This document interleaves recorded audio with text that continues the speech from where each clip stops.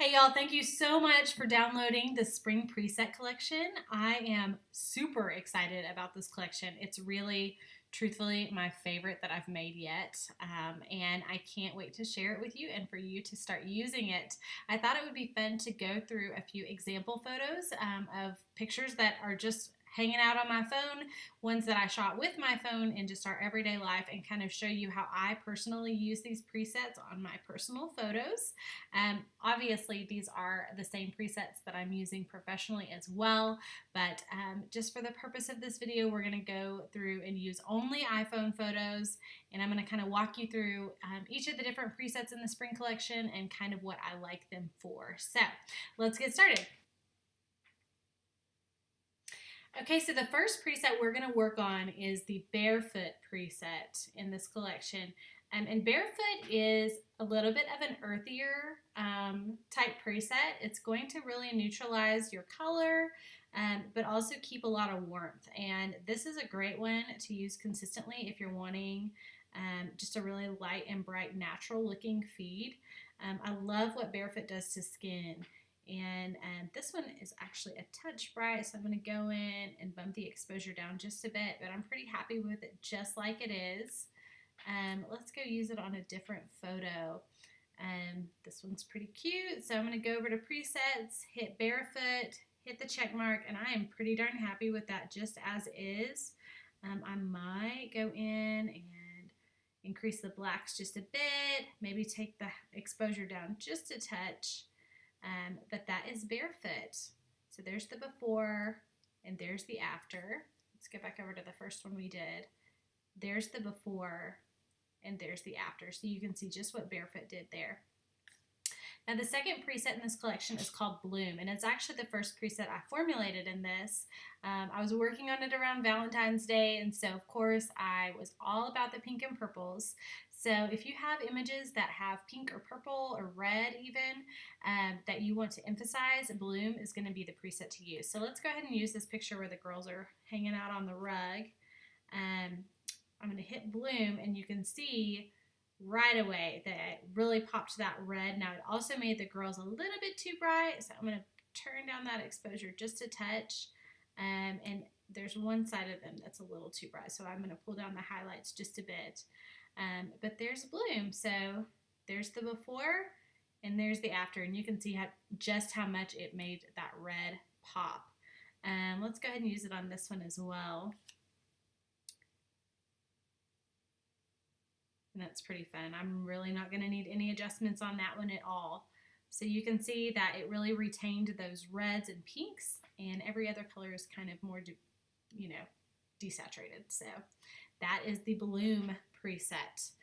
Okay, the next one is Dewdrop, and Dewdrop is super fun because it's just a very, all over good preset. So if you have a photo with a lot of different colors, maybe like this one, and even it also works well in images that have lots of different range of contrast. So if there's like a really bright part of your image, one part of the image, and a really dark part, Dewdrop is going to be the one your go-to for that. So let's go to Dewdrop. Click on it, and I pretty much love it just like that. Dewdrop, true to its name, is a little bit of a cooler tone. I was kind of thinking about those fresh spring rains when I created this one.